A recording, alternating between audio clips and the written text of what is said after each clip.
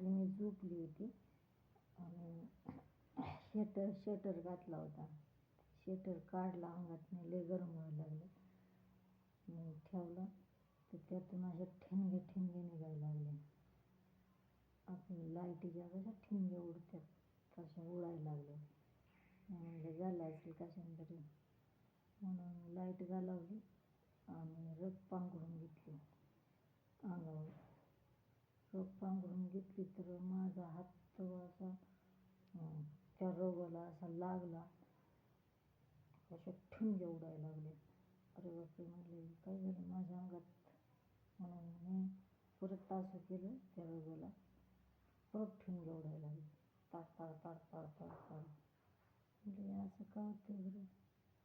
निम्यारातचं नाही पेटावी रग माझ्या अंगाला रगायला लागले. मी रग टाकून दिली बाजूला आणि झोपले.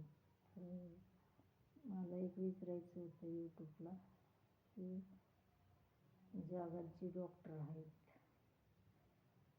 तर माणसाच्या अंगात ठिणग्या उडवली का ऊर्जा म्हणजे होतो का तयार लाईटीसारखा. लाईटीच्या ठिणग्या कशा उडतात, टाटा टाटा टाटा अशा ठिणग्या उडत जातात. रगाला असा हात लागला की उडायच्या. म्हणून मी रात्रभर रगच पांघरून नाही घेतली.